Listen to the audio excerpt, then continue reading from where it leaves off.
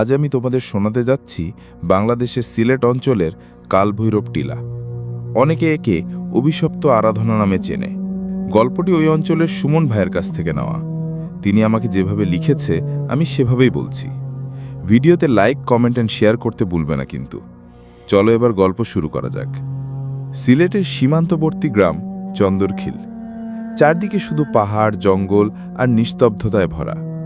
দিনের বেলায়ও কুয়াশায় মোড়ানো থাকে গোটা গ্রাম, যেন আলো সেখানেও ঢুকতে ভয় পায়।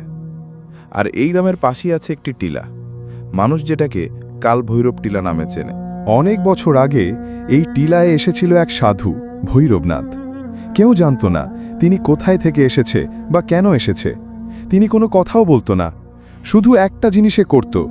গভীর রাতে মন্দিরে বসে ধূপ জ্বালাত, মন্ত্র পড়ত আর চোখ বন্ধ করে ধ্যান করত এক ভয়ঙ্কর যন্ত্রের ওপর, যেটাকে তিনি তাম্রশঙ্খ যন্ত্র বলত।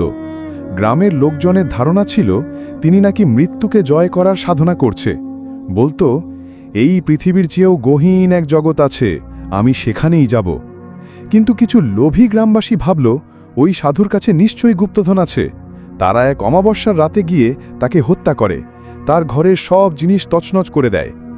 তারপর শুরু হয় অভিশাপ, ভয়ের প্রথম ধাক্কা।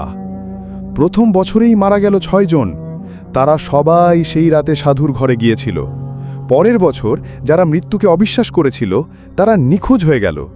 গ্রামের শিশুদের রাতের ঘুমে দেখা দিত এক লম্বা ছায়া, চোখ ছিল নীল, মুখহীন আর হাতে ধূপ ধুনোর ধোঁয়া।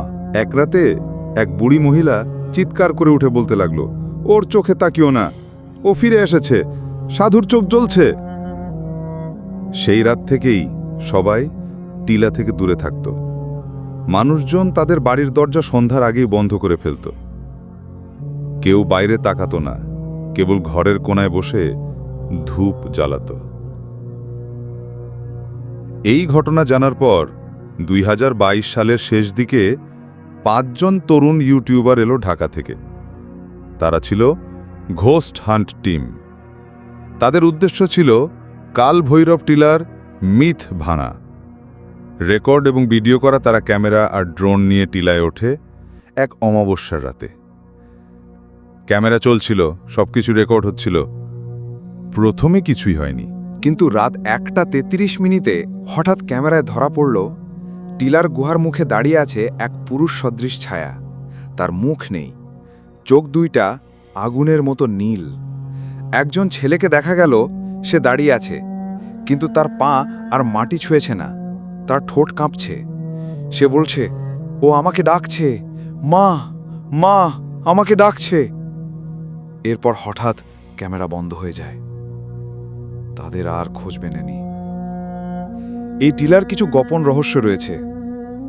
একদিন গ্রামের সবচেয়ে বয়স্ক মুরব্বী একদিন ফিসফিস করে বলেছিল, ওই টিলার নিচে যেটা আছে সেটা মানুষ না, সেটা এক সময়ের আগ্রহ ছিল, এখন সেটা এক অভিশপ্ত শক্তি। সে বলেছিল, সাধু ভৈরবনাথ মরণের আগেই তাম্রযন্ত্র নামক এক শক্তিকে জাগিয়ে গিয়েছিল। সেটা এক অর্ধ অমর চক্র, যেখানে সে এখন অর্ধেক জীবিত আর অর্ধেক মরা, মানুষ হয়ে আত্মা আর আত্মা হয়ে ছায়া।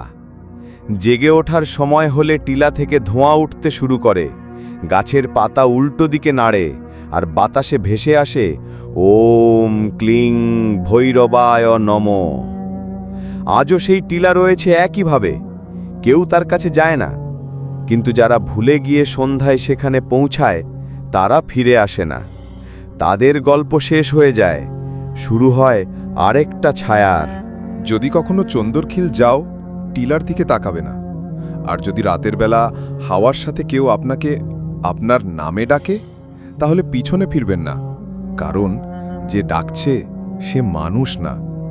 তোমাদেরও এলাকা কিংবা শহরে এমন ঘটনা ঘটে থাকে তাহলে জানাতে ভুলবে না।